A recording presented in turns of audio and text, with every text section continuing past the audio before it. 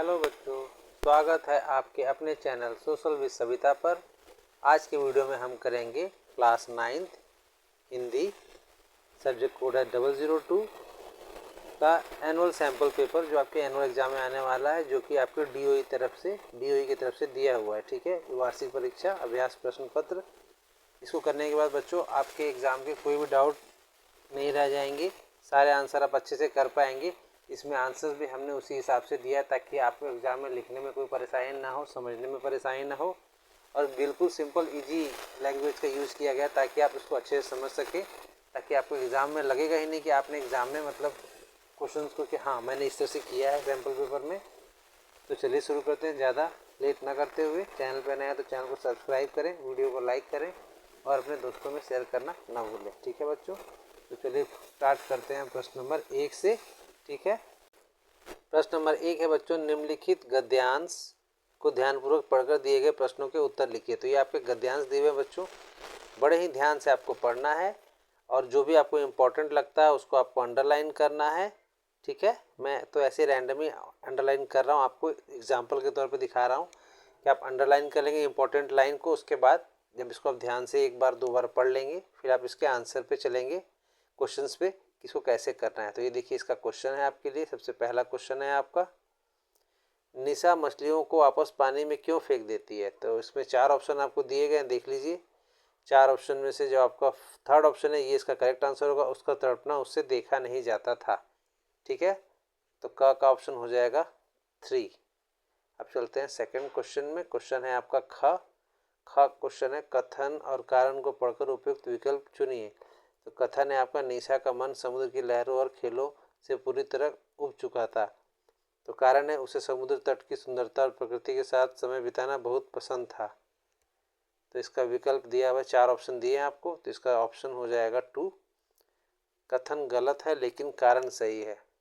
ठीक है, कारण तो उसका सही है लेकिन कथन उसका गलत है, दोनों मैच नहीं हो रहे हैं। ठीक है, सेकंड हो जाएगा इसका आंसर। थर्ड चलते हैं, गद्यांश के अनुसार निशा के व्यक्तित्व में कौन सी विशेषताएं झलकती हैं। तो इसका उत्तर हो जाएगा बच्चों, कथन दिया हुआ इसके अंदर 4, प्रकृति से प्रेम करने वाली, जीवों पर दया करने वाली, जीवों पर हिंसा करने वाली, और चौथा सागर से घृणा करने वाली। तो चलते हैं इसके ऑप्शन पे। तो इसके ऑप्शन दिए हुए हैं, कथन 1 और 2 सही है, कथन 2 और 3 सही है, कथन 3। तो इसमें आपका पहला वाला ऑप्शन सही हो जाएगा, इसका फर्स्ट ऑप्शन इसका हो जाएगा। ठीक है, अब है क्वेश्चन नंबर घ और अंगा। ठीक है, तो ये दोनों क्वेश्चंस हैं लॉन्ग क्वेश्चंस, इसको हम करेंगे इसी पेज पर।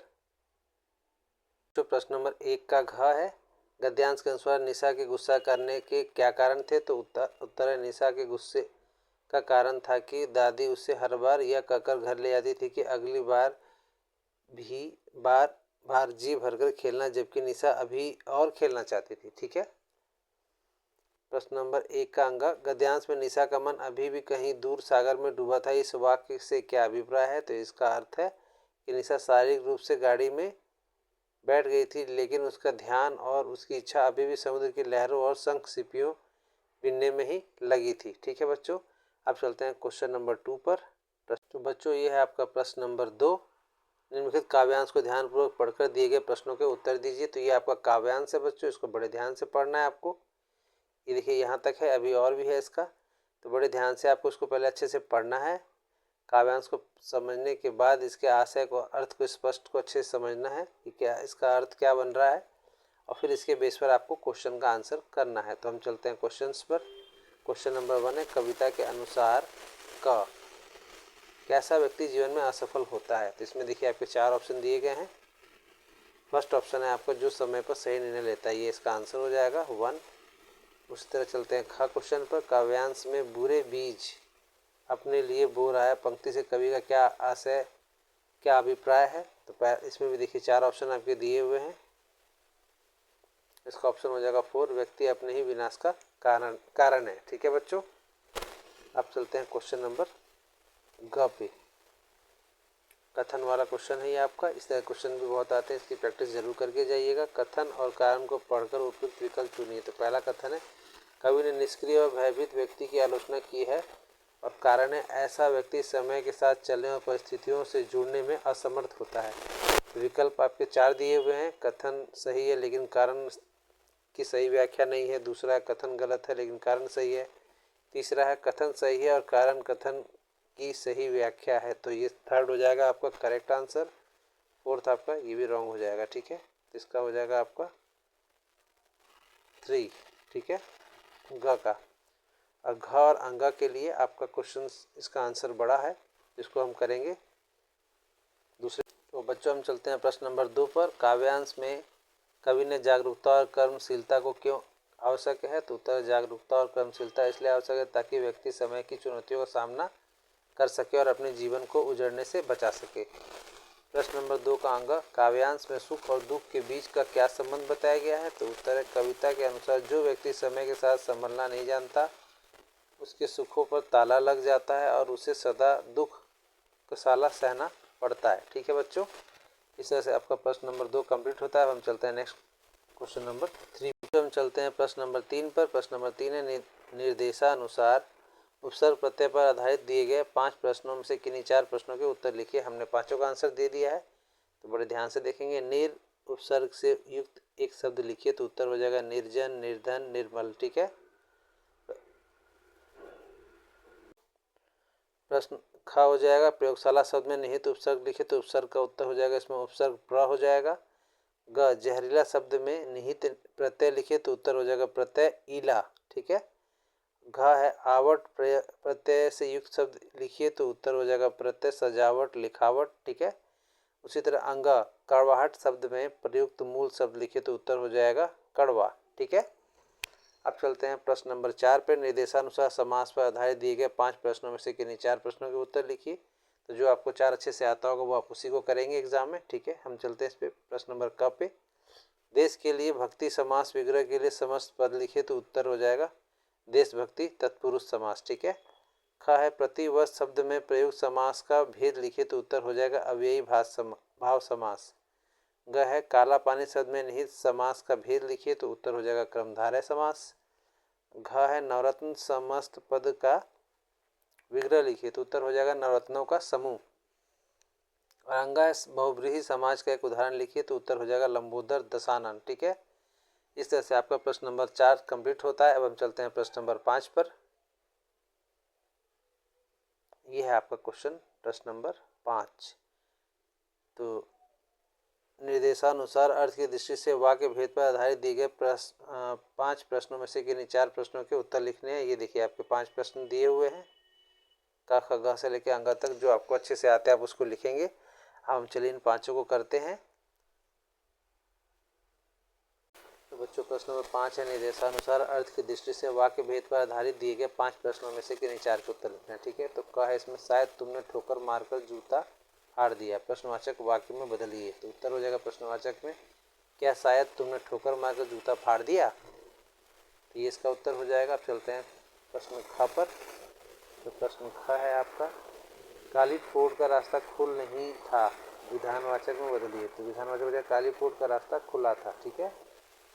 ग है क्या होरी का गोदान हो गया, संदेशवाचक में बदलिए। तो उत्तर है संदेहवाचक होगा। तो शायद होरी का गोदान हो गया। ठीक है। घ क्वेश्चन है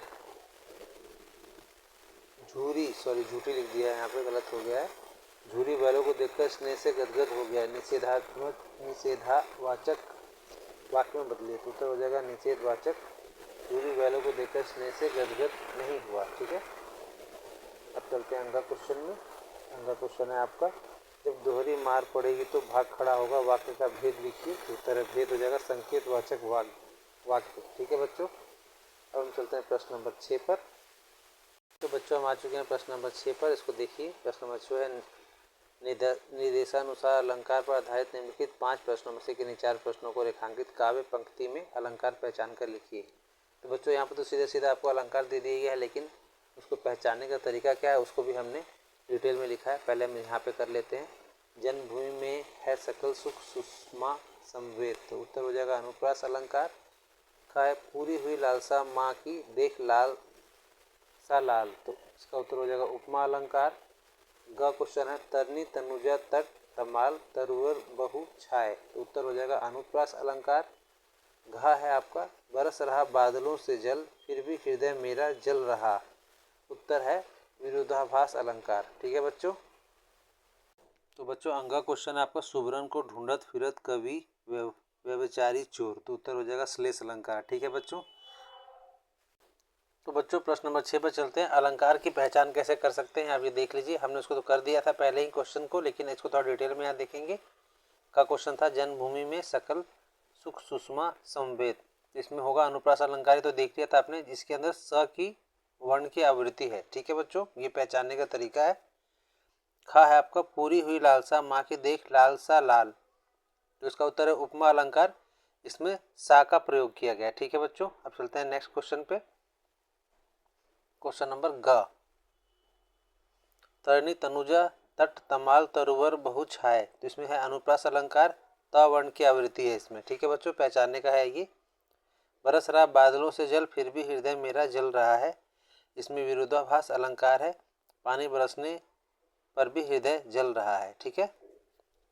अंगा सुबरन को ढूंढत फिरत कवि वह विचारी चोर, तो उत्तर है श्लेष अलंकार। सुबरन के 3 अर्थ होते हैं, जिस अच्छे शब्द हैं गोरा रंग और सोना। अच्छे शब्द गोरा रंग और सोना, ये 3 होते हैं। ठीक है बच्चों, इस तरह से प्रश्न नंबर 6 कंप्लीट होता है। अब चलते हैं नेक्स्ट क्वेश्चन पे, प्रश्न नंबर 7 पर। बच्चों ये है आपका खंड क में प्रश्न नंबर 7। निम्नलिखित पठित पद्यांश पर आधारित बहुविकल्प प्रश्नों के सर्वाधिक उपयुक्त उत्तर वाले विकल्प चुनकर लिखिए, तो ये आपका है गद्यांश। इसको बड़े ध्यान से पढ़ना है आपको, और इसमें जो भी इम्पोर्टेंट है आपको उसमें लाइन अंडरलाइन कर लेना है उसको। ठीक है, इस तरह से उसके बाद आप क्वेश्चन करेंगे। अब चलते हैं क्वेश्चन पे बच्चों। तो बच्चों प्रश्न क है, इसमें गद्यांश के अनुसार लेखिका के परिवार के बारे में कौन सी बातें सही हैं। तो पहला ऑप्शन है परिवार में 200 वर्ष तक कोई लड़की नहीं हुई थी। दूसरा परिवार में कुल देवी दुर्गा थी। परिवार में अंग्रेजी और हिंदी का समान वातावरण था। और चौथा है पिता फारसी और उर्दू जानते थे। तो इसमें ऑप्शन कथन 1 और 2 सही हो जाएगा बच्चों आपका। ठीक है, पहला और दूसरा सही हो जाएगा, तो इसका ऑप्शन हो जाएगा आपका आंसर 4। ठीक है। नेक्स्ट क्वेश्चन है आपका प्रश्न ख है आपका गद्यांश में परम धाम भेजने का प्रयोग किस अर्थ को व्यक्त करने के लिए हुआ है, तो उत्तर हो जाएगा हत्या कर देना। ठीक है बच्चों, ध्यान से करना है आपको। अब चलते हैं नेक्स्ट क्वेश्चन पे, प्रश्न नंबर ग पे। कथन और कारण को पढ़कर उपयुक्त विकल्प चुनिए, तो कथन है लेखिका ने उर्दू फारसी उत्साह से सीखी, कारण लेखिका की उर्दू फारसी में बहुत रुचि थी। विकल्प दिए हुए 4, इसमें आपका इसमें हो जाएगा 4th ऑप्शन करेक्ट हो जाएगा। कथन और कारण दोनों गलत है। ठीक है बच्चों, इस तरह से आपको ये 4th हो जाएगा। प्रश्न घ में चलते हैं। गद्यांश के अनुसार लेखिका की माँ से जुड़ी कौन सी बातें सत्य है। पहला, वह जबलपुर से आए थे। दूसरा, वह थोड़ी उर्दू जानती थी। थर्ड है उसकी गीता में विशेष रुचि थी। और 4th है वह धार्मिक थी। तो इसका विकल्प में चलते हैं, इसका आंसर हो जाएगा बच्चों ऑप्शन 4। 1, 3 और 4 सही है। ठीक है, ऑप्शन 3rd हो जाएगा इसका। नेक्स्ट क्वेश्चन पे चलते हैं। प्रश्न अंगा पर गद्यांश के अनुसार लेखिका के पिता को कौन सी भाषा आती थी, तो उत्तर है अंग्रेजी। ठीक है, इस तरह से आपका प्रश्न नंबर 7 तक कंप्लीट होता है। अब हम चलते हैं प्रश्न नंबर 8 पर। प्रश्न नंबर 8 आप देख रहे हैं बच्चों। निर्धारित गद्य पाठों पर आधारित प्रश्नों के 4 प्रश्नों में से किन्हीं 3 प्रश्नों के 25-30 शब्दों में लिखने हैं। तो 4 प्रश्न आपको ये दिए हुए हैं, इसमें जो भी आपको अच्छे से आता है किन्हीं 3 को आपको करना है। ठीक है, जो आपको बेस्ट 3 अच्छे से आता है इसको बिल्कुल देख कर ध्यान से करना है एग्जाम में। अब चलते हैं हम क्वेश्चन पे। तो चलते हैं प्रश्न नंबर 8 पर। ये आ गया आपका प्रश्न नंबर 8। उसमें पहला ऑप्शन है आपका क का क्वेश्चन है आपका लेखिका महादेवी वर्मा सुभद्रा जी को चांदी के कटोरे में खीर क्यों नहीं खिला पाई। तो उत्तर है लेखिका छात्रावास में छिपकर कटोरे में खीर खा रही थी, तभी वो कटोरा लुढ़क गया और खीर पूरे फर्श पर फैल गई, इसलिए वे सुभद्रा जी को खीर नहीं खिला पाई। ठीक है बच्चों। नेक्स्ट क्वेश्चन है प्रश्न ख आपका। पाठ प्रेमचंद में फटे जूते के आधार पर हरिशंकर परसाई के लेखन की 2 विशेषताएं लिखिए। उत्तर है व्यंग प्रधान शैली, वे सामाजिक बुराइयों पर तीखा व्यंग करते हैं। दूसरा, सरल और प्रभावी भाषा का प्रयोग। ठीक है बच्चों। नेक्स्ट चलते हैं प्रश्न ग पर।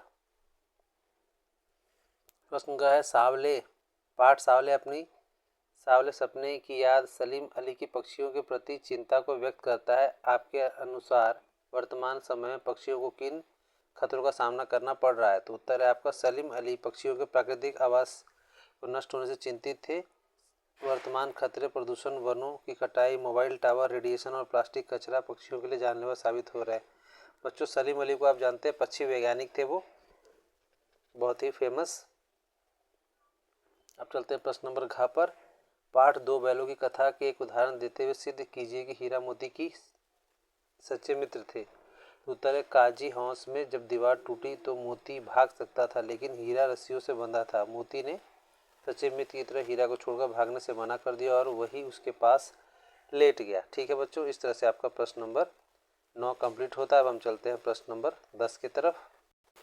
माफ़ कीजिएगा बच्चों, प्रश्न नंबर 8 कंप्लीट हुआ था। अब चलते हैं प्रश्न नंबर 9 पर। निम्नलिखित पठित काव्यांश पर आधारित बहुविकल्पी प्रश्नों के सर्वाधिक उपयुक्त वाले उत्तर विकल्प चुनकर लिखिए। तो ये देखिए आपका काव्यांश है, इसको बड़ी ध्यान से पढ़ना है और इसके बेस पर आपको समझकर इसका आंसर करना है। क्वेश्चन इसके बेस पर पूछे जाएंगे आपसे। तो ये देखिए क्वेश्चन से पहला, प्रस्तुत दोहे में संसार की तुलना किससे की गई है? तो इसका आंसर हो जाएगा कुत्ते से। ठीक है बच्चों, प्रश्न नंबर ख पे चलते हैं। प्रस्तुत दोहे में संदर्भ में कौन सा कथन सत्य है? तो ये देखिए 4 ऑप्शन इस तरह से दिए जाएंगे, 4 ऑप्शन को बड़े ध्यान से पढ़ना है और इसमें इसका कथन हो जाएगा, कथन 1 और 2 सही है। ठीक है बच्चों, पहला और दूसरा। अब चलते हैं नेक्स्ट क्वेश्चन पे। प्रश्न ग पर। प्रश्न ग है बच्चों, कथन और कारण को पढ़कर उपयुक्त चुनिए। विकल्प चुने। तो कथन है कवि ने राम रहीम की एकता दर्शाने के लिए आटे और मैदे का उदाहरण दिया है। तो कारण है आटा और मैदा दोनों ही गेहूं से बनते हैं, वैसे ही राम और रहीम एक ही ईश्वर के रूप हैं। तो इसमें बच्चों क्या है, पहला ऑप्शन सही है, कथन सही है, लेकिन कथन कारण की सही व्याख्या नहीं है। ठीक है बच्चों, इस तरह से आपका प्रश्न नंबर का कंप्लीट होता है। अब चलते हैं प्रश्न नंबर घ पर। प्रश्न नंबर घ है, प्रस्तुत दोहे के अनुसार काबा और काशी क्या है? तो उत्तर है 2 तीर्थ स्थलों के नाम है। ठीक है बच्चों, अंगा चलते हैं प्रश्न नंबर। प्रस्तुत दोहे के अनुसार व्यक्ति की प्रशंसा किस आधार पर होनी चाहिए? तो उत्तर है कर्म के आधार पर होनी चाहिए। ठीक है बच्चों, अब है नेक्स्ट क्वेश्चन, प्रश्न नंबर 10 आपका। प्रश्न नंबर 10 पे आप देख पा रहे हैं बच्चों। प्रश्न नंबर 10 है, निर्धारित काव्यांशों कविताओं के आधार पर निम्नलिखित 4 प्रश्नों में से किन्हीं 3 के उत्तर देने हैं 25 से 30 शब्दों में। ये है आपके 4 क्वेश्चंस, इनको बड़े ध्यान से देख लीजिए।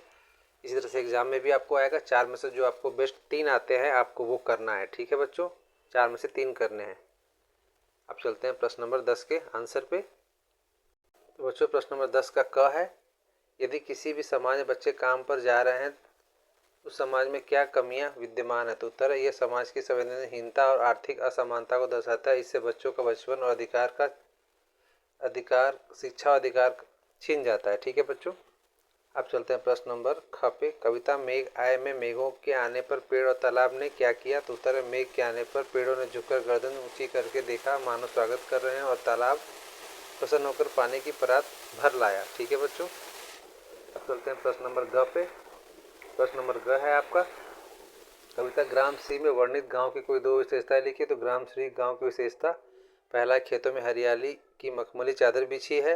दूसरा, फलों और फूलों से लदे पेड़ के कारण गांव स्वर्ग जैसा सुंदर लग रहा है। ठीक है, नेक्स्ट क्वेश्चन है आपका प्रश्न नंबर घ। प्रश्न नंबर घ है आपको, कविता कैदी और कोकिला के अनुसार ब्रिटिश राज में कैदियों को किस तरह पीड़ा दी जाती थी? तो उत्तर है ब्रिटिश राज में कैदियों को कोल्हू में जोता जाता था, पत्थर तुड़वाए जाते थे और भरपेट भोजन भी नहीं दिया जाता। मतलब कोल्हू में जोतने का मतलब है बैलों की जगह पर इंसानों को बांधकर उनसे काम कराया जाता था। ठीक है बच्चों, अब चलते हैं नेक्स्ट प्रश्न नंबर 11 पर। तो बच्चों प्रश्न नंबर 11 देखिए, पूरक पाठ्य पुस्तक के निर्धारित पाठों पर आधारित निम्नलिखित प्रश्नों में से किन्हीं 2 प्रश्नों के उत्तर देने हैं आपको। 3 प्रश्न आपके दिए हुए हैं, देखिए इनमें से जो सबसे अच्छे से आपको आता है उसमें से आपको सिर्फ 2 क्वेश्चंस करने हैं। ठीक है बच्चों, चलिए हम इसके आंसर पर चलते हैं। तो बच्चों प्रश्न नंबर 11 का पहला है प्रश्न, पाठ इस जल प्रलय में सन 1949 में गांव और 1967 में शहर में आई 2 बाढ़ का चित्रण है। अपने शब्दों में लिखिए कि दोनों स्थितियों में क्या अंतर था। तो उत्तर, बाढ़ की स्थिति में अंतर, 1949 में गांव में बाढ़ का प्रभाव कृषि और मवेशियों पर अधिक था, जबकि 1967 में आई बाढ़ ने आधुनिक जीवन और बुनियादी ढांचे को अस्त व्यस्त कर दिया था। ठीक है बच्चों, चलते हैं प्रश्न नंबर ख पर। प्रश्न नंबर ख है आपका, लेखिका मृदुला गर्ग की बहन रेणु की तरह किसी भी स्त्री का अपनी इच्छा से कहीं जाना आना और निर्णय लेने के अधिकार का स्त्री जीवन में क्या महत्व है? तो उत्तर है बच्चों सही स्त्री निर्णय का महत्व रेणु की तरह किसी स्त्री अपनी इच्छा से निर्णय लेना उसके आत्म समान व्यक्तित्व के विकास के लिए अत्यंत आवश्यक है। यह उसे समाज में स्वतंत्र पहचान दिलाता है। ठीक है बच्चों, नेक्स्ट क्वेश्चन है ग आपका।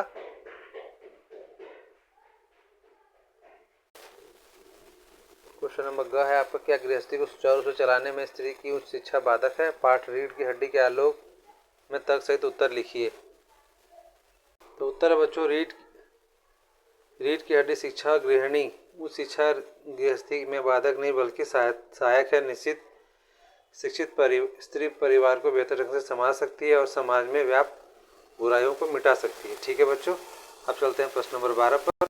बच्चों प्रश्न नंबर 12 देखिए। अब प्रश्न नंबर 12 में आपका दिया हुआ है निम्नलिखित 3 विषयों में से किसी एक विषय पर दिए गए संकेत बिंदु के आधार पर लगभग 120 शब्दों में अनुच्छेद लिखिए। तो पहला आपका है माँ त्याग और स्नेह की पूर्ति, दूसरा है सोशल मीडिया वरदान या अभिशाप, तीसरा है पर्यावरण संरक्षण और हमारी जिम्मेदारी। और ये 3 पॉइंट दिए, इन पॉइंट को इसमें शामिल करके लिखना है। ठीक है, जैसे जीवन की पहली गुरु, प्रेम और सुरक्षा का प्रतीक, माँ के प्रति कर्तव्य, इस तरह से इसमें सब में 3-3 पॉइंट दिए, इन पॉइंट को भी मेंशन करना है। इस जो आप लिखेंगे संकेत बिंदु के आधार पर अनुच्छेद लिखना है। तो चलिए हम इसके अनुच्छेद पे चलते हैं।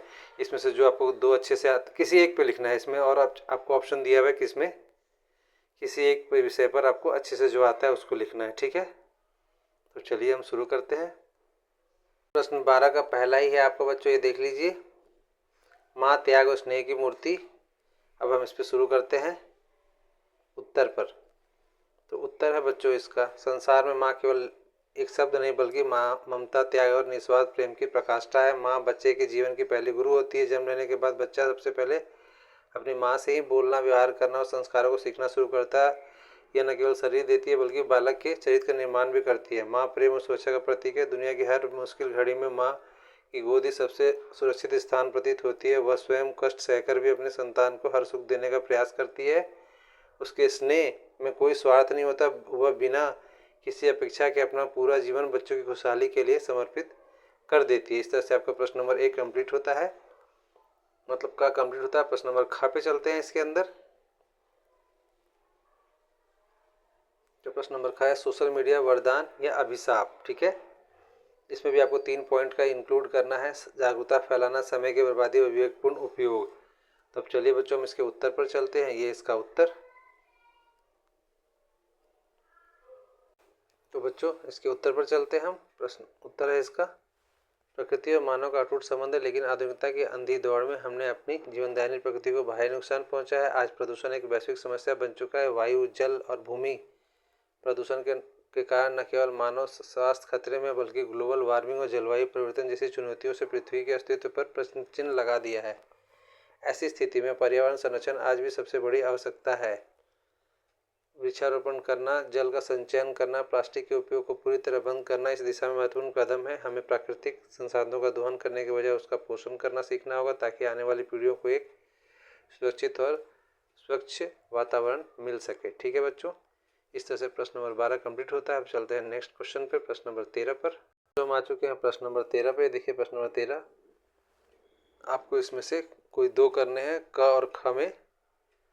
आप सोहेल फरजाना अपने मामा को परीक्षा में अच्छे अंक प्राप्त करने की खुशखबरी के लिए 100 शब्दों में पत्र लिख सकते हैं। और दूसरा ऑप्शन दिया आपको, आप आरती अमर हैं, अपने शहर में बढ़ती यातायात अव्यवस्था और दुर्घटना पर ध्यान आकर्षित करते हुए दैनिक समाचार पत्र के संपादक को लगभग 100 शब्द में चिट्ठी लिखना है, आपको पत्र लिखना है। ठीक है, नेक्स्ट क्वेश्चन प्रश्न नंबर 14 का क, आप हरमन गुरप्रीत हैं, कचरा उठाने की अनियमितता को शिकायत करने के लिए नगर निगम अधिकारी को 100 शब्दों में ईमेल लिखेंगे। और दूसरा ऑप्शन है, दिए गए संकेतों के आधार पर लगभग 100 शब्दों में लघु कथा लिखिए। संकेत में बच्चे का हमेशा मोबाइल में व्यस्त रहना, पढ़ाई के पीछे होना, घंटों ऑनलाइन खेलने की आदत डालना। तो ये दोनों ही क्वेश्चन हम करेंगे क्योंकि इस क्वेश्चन पेपर में स्पेस नहीं है आपके लिए। ठीक है, तो चलिए हम इस क्वेश्चन को करते हैं। तो बच्चों प्रश्न नंबर 13, आप सोहेल फरजाना अच्छे अंक प्राप्त किए, मामा जी को पत्र लिखेंगे। तो अनौपचारिक पत्र है मामा जी को, परीक्षा भवन नई दिल्ली। दिनांक मैंने आज का डेट लिया, आपको जो डेट उस दिन का रहेगा पेपर का उस दिन का लिख सकते हैं। पूजनीय मामा जी, सादर प्रणाम, हम सब यहाँ ठीक ठाक हैं। ठीक है, आपको ये जानकर खुशी होगी कि मैंने अपनी वार्षिक परीक्षा में कक्षा में प्रथम स्थान प्राप्त किया है और ये सब आपके आशीर्वाद और मेरी मेहनत का नतीजा है। ठीक है, मैं छुट्टियों में घर आऊँगा तो आप सबके लिए मिठाई लाऊंगा। मामी जी और नानी जी को मेरा प्रणाम कहिएगा। आपका भांजा सोहेल। ठीक है बच्चों, इस तरह से लेटर ये इस तरह से आप लिख सकते हैं एग्जाम में।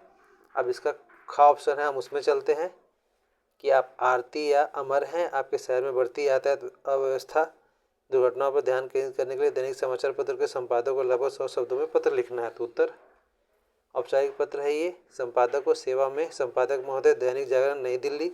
कोई भी समाचार पत्र आप ले सकते हैं। विषय है शहर की बिगड़ती यातायात व्यवस्था हेतु। तो अब चलते हैं इसके मेन टॉपिक पे। महोदय, मैं आपके अखबार के जरिए प्रशासन का ध्यान शहर की खराब ट्रैफिक व्यवस्था की ओर दिलाना चाहता हूँ। आजकल लोग नियमों का पालन नहीं कर रहे, जिससे आए दिन सड़क दुर्घटनाएं बढ़ रही हैं। ट्रैफिक पुलिस भी इस ओर ध्यान नहीं दे रही। अतः आपसे अनुरोध है कि इस खबर को प्रमुखता से छापे ताकि प्रशासन सख्त कदम उठाए। भवदीय अमर, एक जागरूक नागरिक। ठीक है बच्चों, इस तरह से अपना नाम लिखकर आप लिख सकते हैं। दो ऑप्शन दिए, दोनों में से जो आपको अच्छा लगता है आप कर सकते हैं। ये आपको एक तरह से हिंट दिया गया अच्छे से, ताकि एग्जाम में आप इस तरह से लिखेंगे तो आपको अच्छे मार्क्स मिलेंगे। प्रश्न नंबर 14 पे चलते हैं बच्चों। आप हरमन गुरप्रीत हैं। आपके क्षेत्र में कचरा उठाने की अनियमितता है की शिकायत करते हुए नगर निगम अधिकारी को लगभग 100 शब्दों में ईमेल लिखना है। ठीक है, तो चलिए ईमेल लिखते हैं नगर निगम अधिकारी को। From harman@123@gmail.com। ऑफिसर का ये मेल हो गया आपका।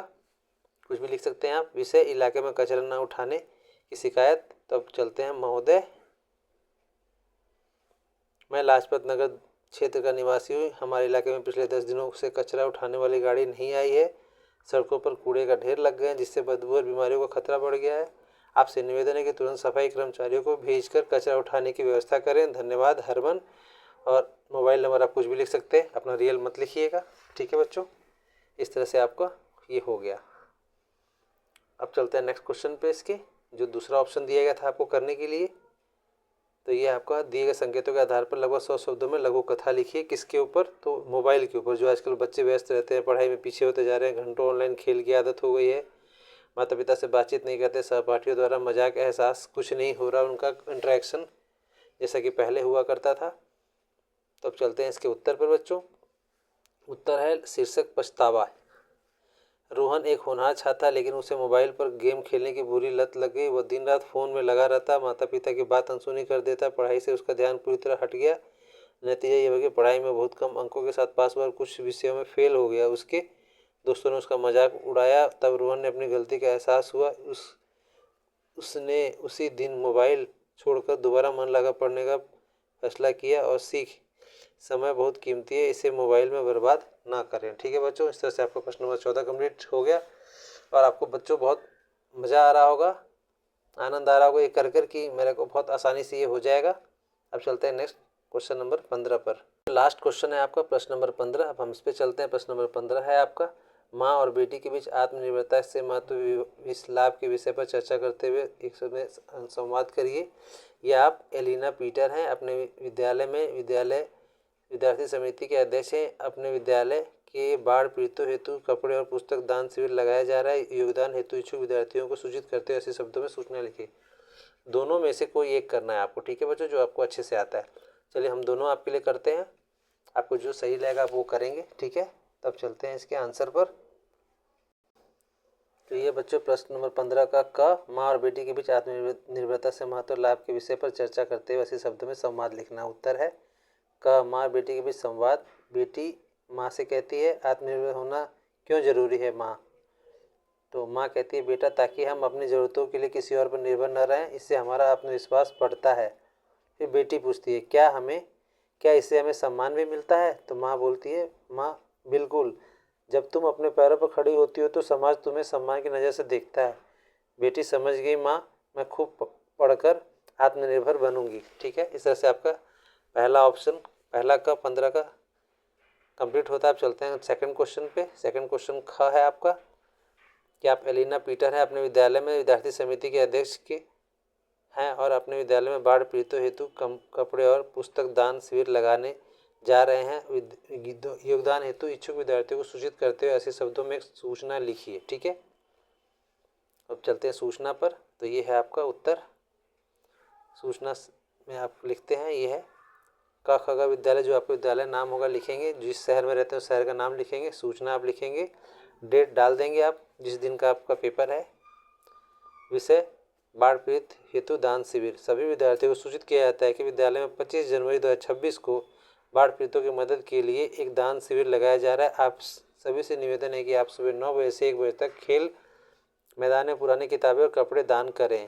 पीटर ऑब्लिक एलिना, मतलब आप अगर लड़के हैं तो पीटर यूज करेंगे, एलिना है तो लड़की है तो लड़की नाम यूज करेंगे। अध्यक्ष विद्यार्थी समिति, ठीक है। इसमें डेट टाइम जो भी लिखा है आपने हिसाब से चेंज कर सकते हैं, ठीक है बच्चों। इस तरह से आपका प्रश्न नंबर 15 कंप्लीट होता है। तो देखा बच्चों कितना आसान था ये सैम्पल पेपर। अगर आपको ये आसान लगा है तो प्लीज़ वीडियो को समझ में आया तो लाइक करें, सब्सक्राइब करें और अपने दोस्तों में शेयर करना ना भूलें। ऐसे ही आसान वीडियो के लिए सोशल विद सविता चैनल को सब्सक्राइब करना ना भूलें। मिलते हैं एक अगले वीडियो में एक नए टॉपिक के साथ। तब तक के लिए नमस्कार, जय हिंद।